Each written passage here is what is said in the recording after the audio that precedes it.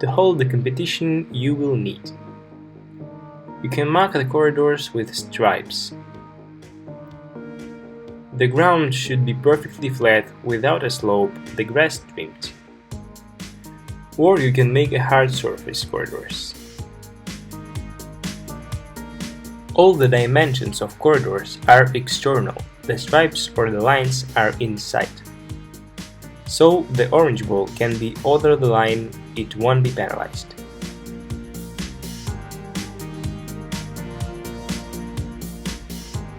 The rope's length is exactly 2 and 3 meters, with the chain and the loop.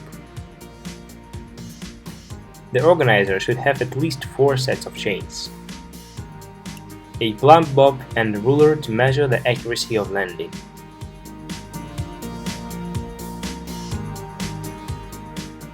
Hard hats, visibility jackets for safety, tablets, pens and stopwatches for judges. The attachment points for the ropes are provided by the competitors. The judges should check that the ends of both attachment points are just touching the ground when the helicopter is on the ground. The tapes to measure the accuracy of landing are provided by the crew. Air 44s has tapes on both skids. Me-Too has the tapes on both sides of the fuselage. The knob of the radio must be fixed at the airfield's frequency. How to judge?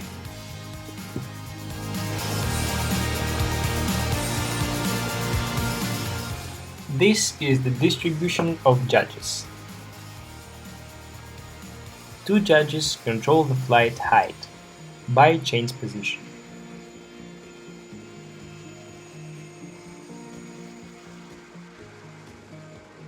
Another 2 or 3 judges watch the violations of the long corridor limits.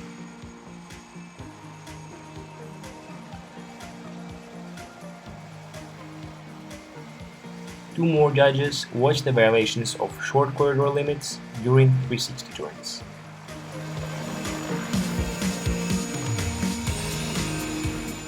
It's desirable to have 2 judges responsible for timing of 360 turns.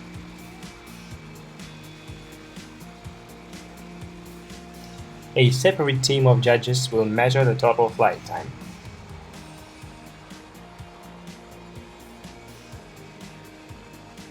Precision is one of the most difficult events to judge. Stopwatches show different time.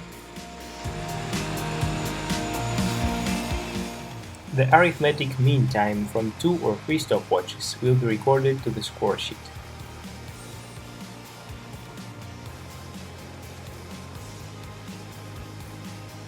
A separate judging team controls the landing and measures its accuracy.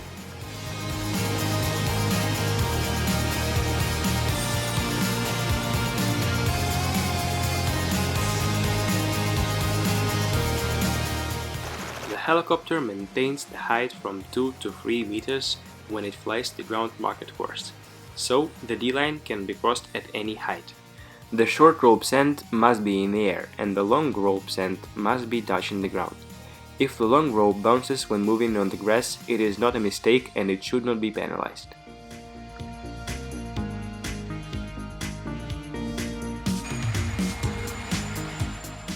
The judge should start the stopwatch anytime the short rope touches the ground, or the long rope gets off the ground if it is not bouncing.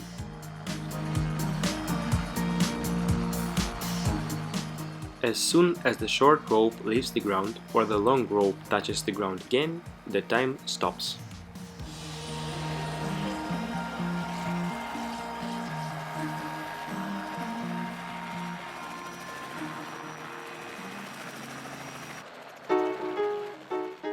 The most difficult thing to judge is violations of the long corridor.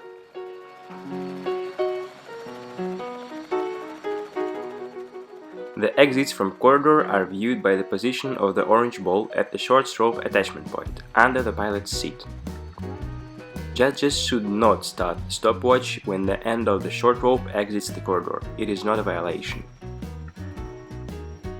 Judges should start their stopwatches every time the orange ball goes completely out of the line that marks the corridor's border. The time stops as soon as the ball touches the line again, even if it's not completely inside the corridor.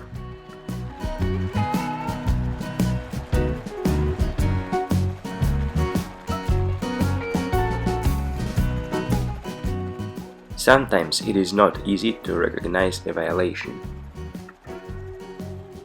The judge's eyes should be exactly at the continuation of the corridor's borderline. And as always, the arithmetic mean time from all the stopwatches will be recorded to the score sheet.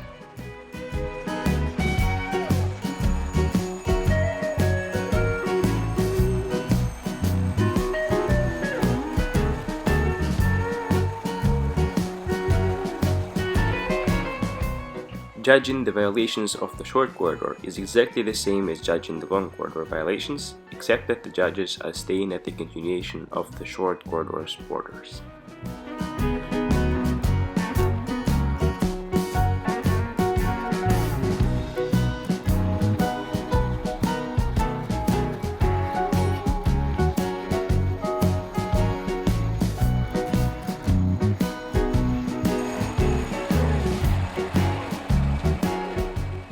Judges responsible for the 360 turns are measuring the full time of the turn.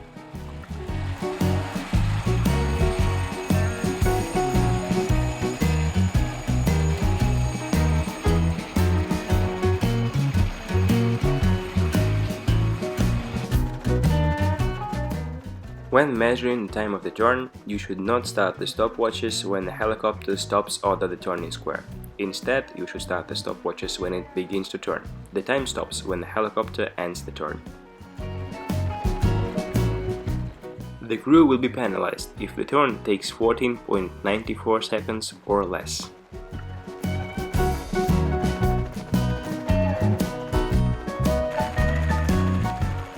When measuring the total flight time, the stopwatches should be started as soon as the starter gives his signal to the pilot and stopped when the first part of the landing gear touches the ground.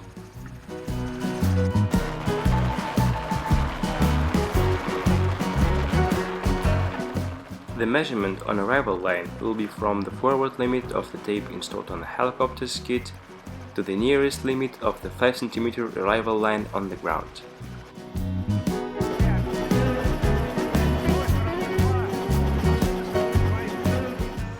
Judges control the landing. It must be performed in one attempt. Sliding and double landings will be penalized.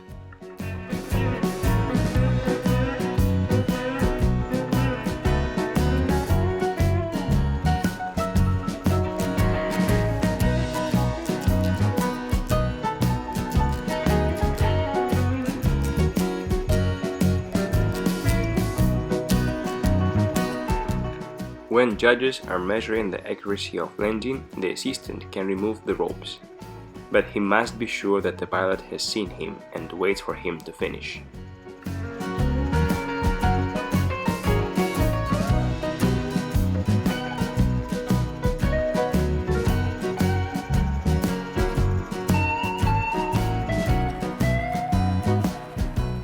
This is an example of a perfect, accurate landing.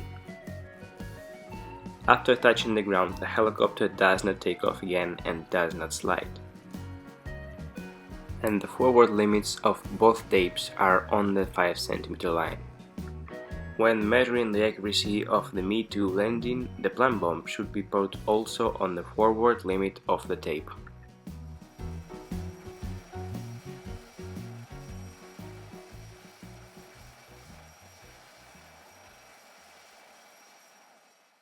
Now let's take a look at other examples of landing and I'll explain you how to judge them. This is not a double landing because the helicopter does not take off completely. This is a double landing, which gets you 25 penalty points, but the tapes get exactly on 5 cm line.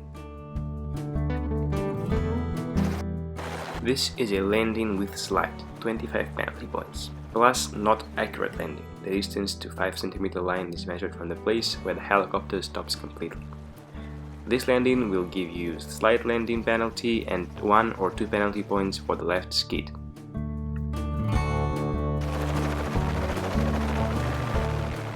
This landing will give you 25 penalty points for the double landing and some penalty points for the right skid.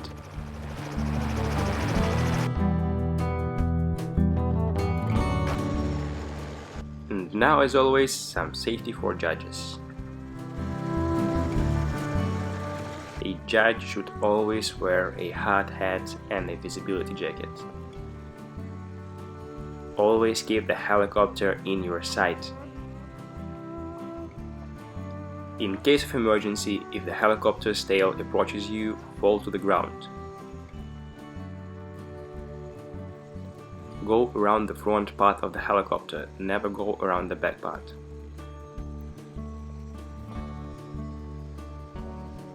The judge should have clothing and shoes for all weather conditions. Rubber boots, a raincoat and a warm jacket can be useful, as well as headdress, sunglasses and mosquito and horseflies repellents.